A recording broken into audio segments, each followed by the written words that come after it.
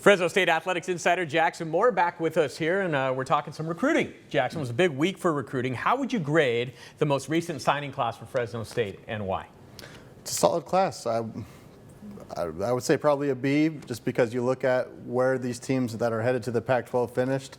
Boise State's a little bit there at the top. You've got a couple teams at the bottom, and Fresno State's kind of in this group in the middle. So all these groups way ahead of the rest of the Mountain West that they're leaving behind. So I'd say a pretty solid class. I think most importantly, they filled just about every need. You look at each position, they got kind of one or two of everything. Maybe offensive tackles, just the one spot that they don't have a high schooler at. So you talk about developing a program and doing the things Coach Ince wants to do, and he's now got the groundwork for the guys that he wants to build over the next 2 or 3 years. And when you get a guy like Deagan Rose to put the cherry on top of the class, I mean, that's a special thing. So you've got some of that local flair, out of state, just a little bit of everything here, and it's pretty solid. Seems like Deagan, obviously the biggest one in this class. What can his future look like at Fresno State? Yeah, I think probably coming in right away and starting is a little bit of a tough task, but let's say someone comes in, starts a year or two, and passes the torch. That could be a little bit of the path here. I think Deagan, when he's got, I mean, on the 7-on-7 circuit, watching him play, there's not a throw he can't make. It's like having a cheat code out there. Processing everything that happens at the college level, 11-on-11, that's going to take a spring and maybe a fall to get used to and get ready for learning that offense. So I could see him being a starter for quite some time. It just might take a little year to get ready and get rolling. And don't count out Jacob Chambers, the other quarterback, because the gap between those two is not as far as people might think. You mentioned Ince landing some local guys, 3 to be exact in this signing period. What does that do for this program? It's big, especially when it's Deagan Rose, because you might have some junior receivers out there that know all about Deagan, and they might want to join him in the 2027 class. So that's what you hope for. Coach Ince said there were players in this class that kind of dominoed because of him. I think Zephaniah Cisse is a huge get for this staff. Had any Pac-12 school he pretty much could have wanted to go to, he had. So a unique blend of violence and athleticism with him. So not just Valley players, but a couple of big impact guys. Jackson, you've covered recruiting for a long time. With the new era and everything going on, how has recruiting changed from, say, 10 years ago? I think even from 2 years ago, we're seeing some trends change with the move from the Mountain West to the Pac-12. You look at the list of offers and the guys these schools are fighting over, and they're becoming a lot more centralized. You know, most of the Pac-12 schools are going for the same guys, and those offers are viewed a lot better than some of the Mountain West schools. So the Bulldogs aren't battling so much with San Jose State and UNLV, and it's a lot more San Diego State and Boise State. And that's going to be, the margins I think are a lot smaller in this. You're not going to see the Bulldogs maybe reaching for guys as much, and you're not going to see them maybe pull as many of those power conference type guys. But the coaches and the recruiting staffs that get it right within those little battles are going to pay off down the road. So much talk about the calendar, the recruiting calendar, the early signing period, happening while teams are still right in the middle of their season, right? Have conference championship games to go. What would you like to see changed about recruiting right now?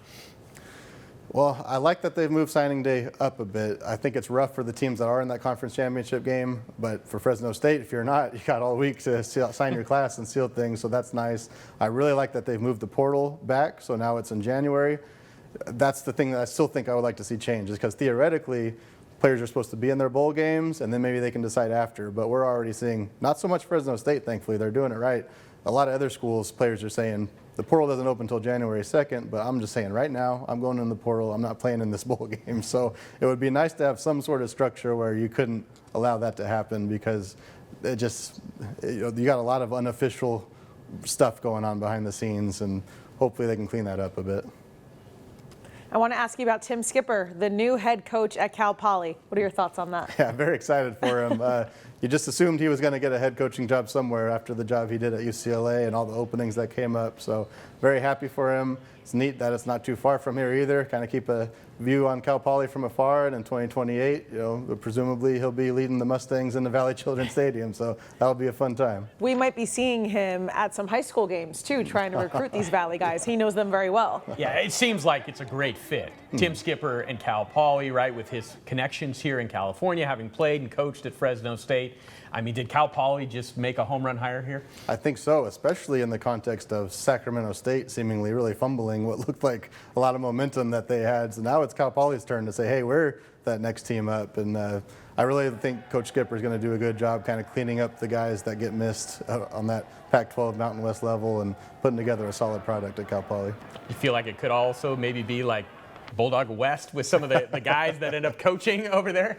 Probably, and I would say, you know, if you're a Fresno State player who's maybe not getting a lot of playing time and you decide to go in the portal next month, you've got a guy you know really well just down the road at a program that you might be a little more fit for, perhaps competitive-wise. So wouldn't be surprised to see quite a few Bulldogs head over there, but the guys that weren't necessarily contenders for playing time here already. Not bad to be coaching in San Luis Obispo either, right? Great Oh, yeah. place to live, probably a great place to coach as well. Yeah, I feel like since especially that program hasn't had much success lately as well, there's patience there. You know, he's not an interim anymore. It's not got to be done in 6 to 12 months. He can take a couple of years to kind of really lay the groundwork on this thing, and hopefully it works out.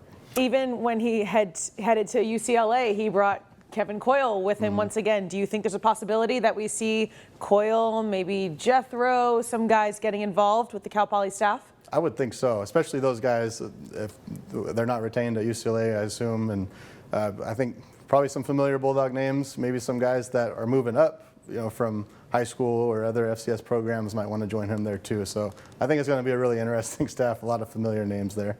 Well, we always appreciate Jackson Moore joining us here on the Bulldog Insider. Thanks, Jackson. Thanks for having me.